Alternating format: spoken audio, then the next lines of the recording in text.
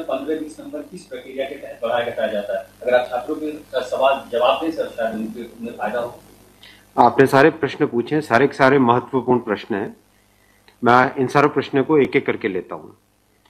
सबसे पहले लेवल 1 में 2 स्टेज एग्जाम क्यों?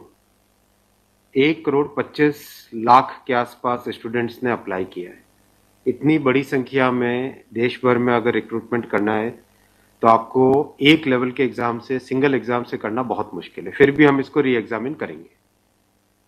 इतनी बड़ी संख्या में 1,25,00,000 कैंडिडेट्स अगर हो तो कैसे उनको एक साथ सेम तरीके से same level of hardness of question की, ये सब करना अति डिफिकल्ट। आप सब इस प्रक्रिया से गुजर चुके हो, आप भी समझते होंगे।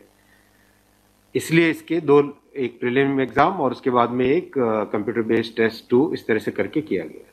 वो नोटिस में लिखा गया था कि अगर जरूरत पड़ी, अगर परिस्थिति हुई तो उसके 2 लेवल किए जाएंगे। पहला ये। दूसरा आपका प्रश्न कि 10+2 में ग्रेजुएट्स को कैसे अलाउ करें। देखिए, किसी भी एग्जाम में मिनिमम क्वालिफिकेशन का स्टैंडर्ड होता है, मैक्सिमम क्वालिफिकेशन का नहीं होता है कभी भी। ये कानूनन कॉन्स्टिट्यूशनल व्यवस्था में हम लोग काम कर रहे हैं। कॉन्स्टिट्यूशनल व्यवस्था के हिसाब से हम मिनिमम प्रिस्क्राइब कर सकते हैं, मैक्सिमम प्रिस्क्राइब नहीं कर सकते। तो 10+2 के लिए जो क्वालिफिकेशन वाला स्केल है, उसमें अगर ग्रेजुएट बैठे हैं तो उसको रोकने का हमें कोई अधिकार नहीं है, किसी को कोई अधिकार नहीं है। अगर कोई नया इसके बारे में कोई नया न्यायपालिका की तरफ से कोई चीज आती तो अलग बात है, लेकिन हमारे पास कोई अधिकार नहीं है इसका। दूसरा विषय था ये। तीसरा विषय आपने रखा समय का। देखिए, शुरू में इसके लिए जो इस एग्जाम को कंडक्ट करने के लिए एप्लीकेशंस आई, दोनों के दोनों एग्जाम्स में 1 करोड़ से ज्यादा एप्लीकेशंस आई। 1 करोड़ से एप्लीकेशन ज्यादा आई तो जो एग्जामिनेशन कंडक्ट करने के लिए एजेंसी हमको हायर करनी थी, उसको हायर करने में टाइम लगा, 6 महीने से ज्यादा लगा। नेचुरली इतनी बड़ी संख्या में अगर एग्जाम करना है देश में तो अपने आप में वो एक बहुत बड़ा challenge. It's a Himalayan task, it's a huge task, it's a very very big challenging task.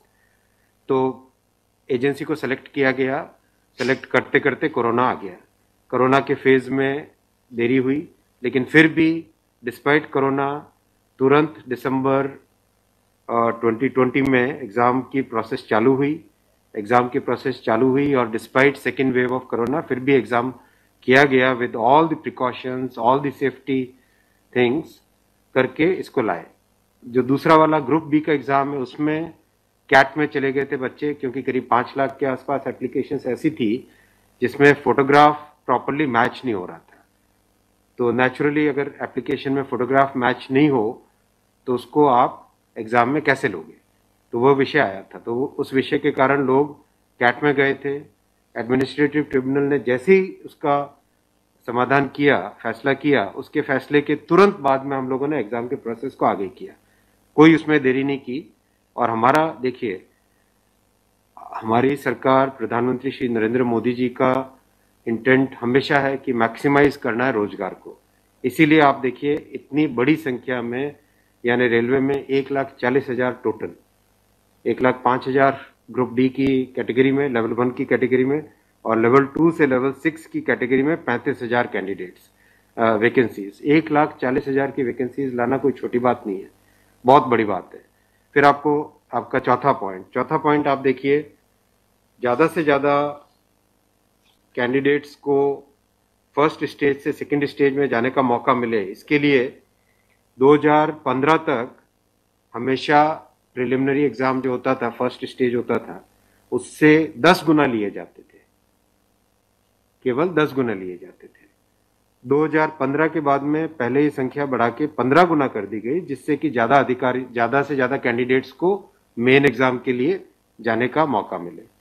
और 2019 में इस संख्या को 20 गुना किया गया, ताकि ज्यादा से ज्यादा लोगों को अवसर मिले, ज्यादा से ज्यादा लोग, क्योंकि फर्स्ट स्टेज जो प्रिलिमिनरी एग्जाम इतना बड़ा नंबर है कि उस नंबर में हो सकता है कुछ बाय चांस उस दिन तबीयत ठीक नहीं हो, कोई दूसरा कारण हो, समय पे पहुंच नहीं पाए, कोई भी कारण से मिस कर गया, तो मैक्सिमम लोगों को हमें चांस देने का इंटेंट है। इसी इंटेंट के कारण 20 गुना किया गया। जो 10 गुना था 2015 से पहले, उसको 20 गुना किया गया 2019 में। तो ये प्रो स्टूडेंट्स, प्रो कैंडिडेट्स वाली अप्रोच है हमारी, और हमारी इंटेंट एकदम नेक नियति से काम कर रहे हैं, सच्चाई से काम कर रहे हैं। देखिए, कोई भी कहीं भी एक भी जगह से कहीं कोई पेपर लीक होने की बात नहीं है, कहीं पे कोई एग्जाम के मैनिपुलेशन की बात नहीं है।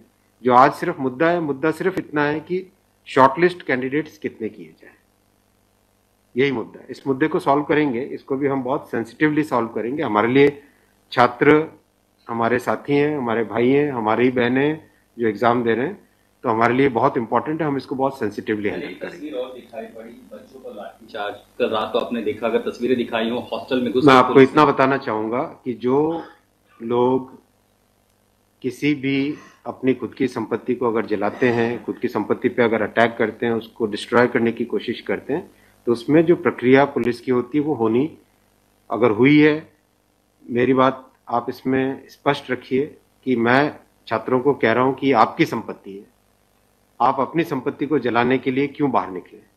और हम आपकी बात को शुरू से सुन रहे हैं। जिस दिन आपने पहले ये पॉइंट रखा, उसी दिन हमने तुरंत इसका, जैसे ही दूसरे दिन ही मेरे नज़र में आ गई थी बात ये, और दूसरे दिन मैंने तुरंत सारा ये टेबल मंगवाया कि आप मुझे एग्जैक्ट बताओ हर एक लेवल पे क्या वैकेंसी है। और हर एक लेवल पे एग्जैक्ट, जैसे लेवल 2 पे 5663, उसकी जगह 1,13,000, कितने गुने? 20 गुने। लेवल 3 पे 4,940, उसके अगेंस्ट कितने शॉर्टलिस्टेड? 98,833, 20 गुने।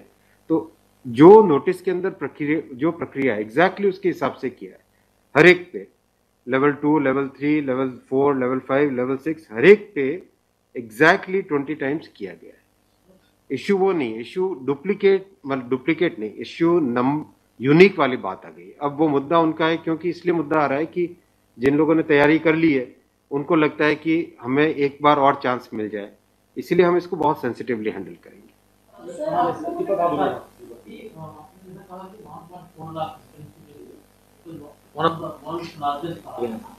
As of now, how many recruitment has happened, and by when all these things will be done? Because it was announced. यही तो रिक्रूटमेंट चल रहा है। देखो, इतना मैसिव, मैं आपको पूछूं कि वर्ल्ड का सबसे बड़ा एग्जाम कौन सा है? वर्ल्ड का अगर, या इंडिया का भी अगर बड़े एग्जाम्स देखें, तो बड़े एग्जाम्स में जेई बहुत बड़ा एग्जाम होता है, सिविल सर्विसेज बहुत बड़ा एग्जाम होता है, स्टाफ सिलेक्शन कमीशन का बहुत बड़ा एग्जाम। इन सब एग्जाम्स में एप्लीकेशंस की संख्या होती है 5 से 7 लाख, 8 लाख, 10 लाख। यहाँ 1 करोड़ एप्लीकेशंस हैं। आप ये तो देखिए ना कि कठिन कितना है। 1 करोड़ एप्लीकेशन, 1.25 करोड़ एप्लीकेशन, 1 करोड़ 25 लाख, 1 करोड़ 35 लाख, उसमें समय लगता है। But this is something government was aware. In a country where there is so much of unemployment, and there will be vacancy like this, everyone will apply. इसीलिए तो टाइम तो इतना लगेगा ही। अगर आपको इस एग्जाम को ढंग से करना है, इतना टाइम लगेगा, चाहे कोई करे। और उसके बाद भी आज देखा कि गया से आगजनी की तस्वीरें आ रही हैं। क्या ये कन्वे नहीं हो पा रहा है? कहाँ पर ये लैक ऑफ कम्युनिकेशन आपको लग रहा है, या मैटर पॉलिटिसाइज हो चुका है? नहीं, कुछ लोग इसका गलत फायदा उठा रहे हैं, और मैं उनसे भी निवेदन करूंगा कि छात्रों को भ्रमित न करें, कोई गलत इसका उपयोग न करें। ये छात्रों का मामला है, ये देश का मामला है, इसको हमें सेंसिटिवली हैंडल करना चाहिए, और इसमें हर तरीके से संवेदनशीलता के साथ इस मामले को लेना चाहिए। सर, कुछ छात्रों के ऊपर FIR भी दर्ज की है, कुछ पुलिस की स्टडी में भी अभी के समय में है, ऐसी खबरें आ रही हैं। आप खबरों की जांच करिए। देखो, जो पुलिस की प्रक्रिया है वो अलग चीज है। मैं अभी मुद्दा है, जो उस मुद्दे को कैसे सॉल्व करें उस पर सोचना चाहिए, हमें फॉरवर्ड लुकिंग होना पड़ेगा। सर, मेरा एक सवाल है कि जिन राज्यों में हिंसा की खबरें या फिर जो रेल रोकने का जो मूवमेंट चल रहा है, ट्रैक पे स्टूडेंट बैठे हैं, क्या उन राज्यों के मुख्यमंत्री से आपकी बात हुई है, और क्या कुछ आप लोग की संदर्भ में की? बिल्कुल, सब जगह लॉ एंड ऑर्डर स्टेट का जो रोल होता है, राज्यों के मुख्यमंत्रियों ने भी बहुत संवेदनशीलता के साथ काम किया है, और हम भी कॉन्स्टेंटली टच में हैं, कंटिन्यूसली टच में हैं। और जो आज कमेटी की बात भी सबके पास जा चुकी है ऑलरेडी, और मेरे ख्याल से ज़्यादातर जगह से स्टूडेंट्स ने इस विषय को स्वीकार भी किया है।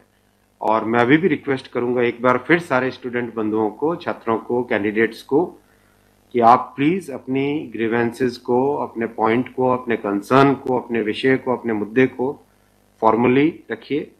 हम इसको एकदम संवेदनशीलता के साथ टैकल करेंगे।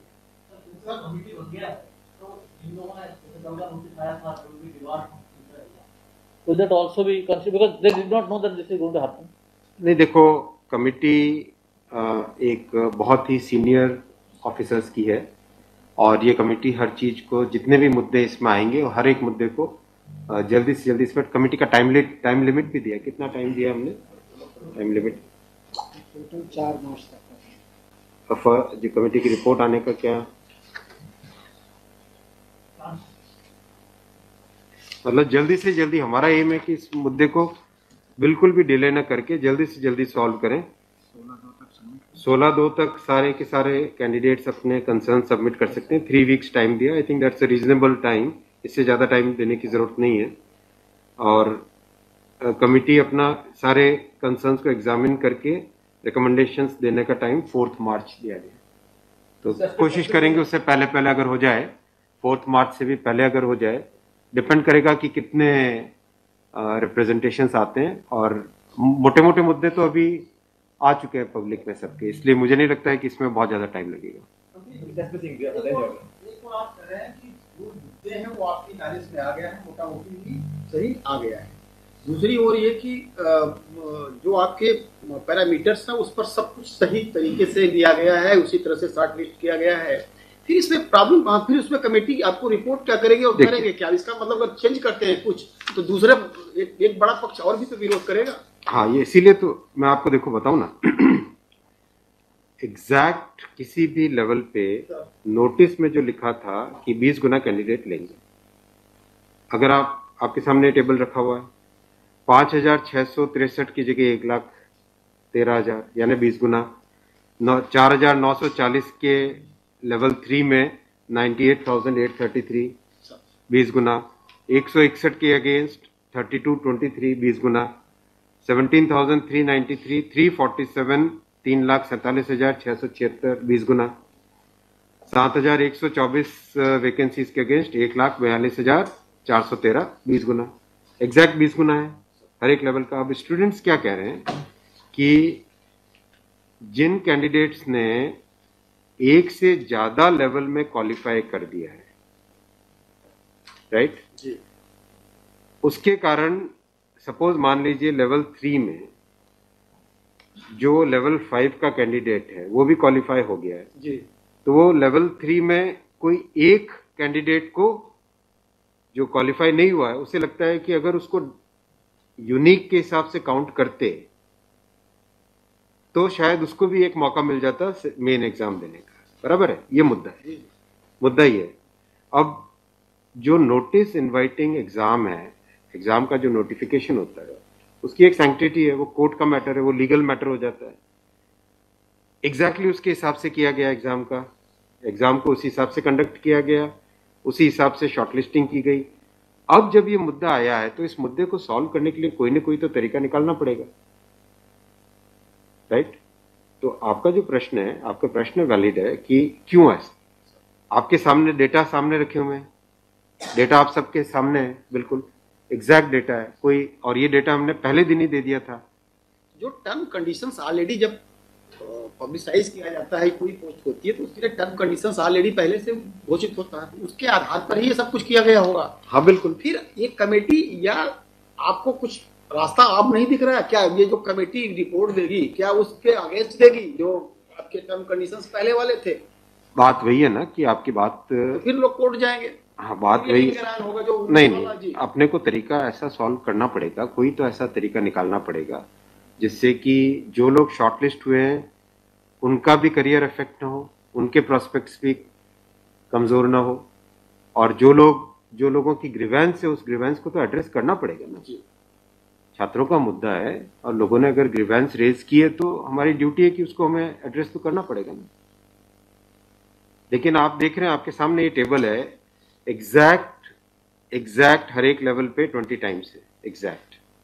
ये आप टेबल आप सब लोग देख लीजिए। और ये हमने जैसे ही शॉर्टलिस्टिंग हुई, कुछ लोगों ने मुद्दा उठाया, तुरंत मैंने आरआरबीज को क्लियर बोला था कि ये एग्जाम हमारी तरफ से एकदम ट्रांसपेरेंटली होना चाहिए और हर जगह एग्जैक्ट ये सब नंबर्स रखे गए।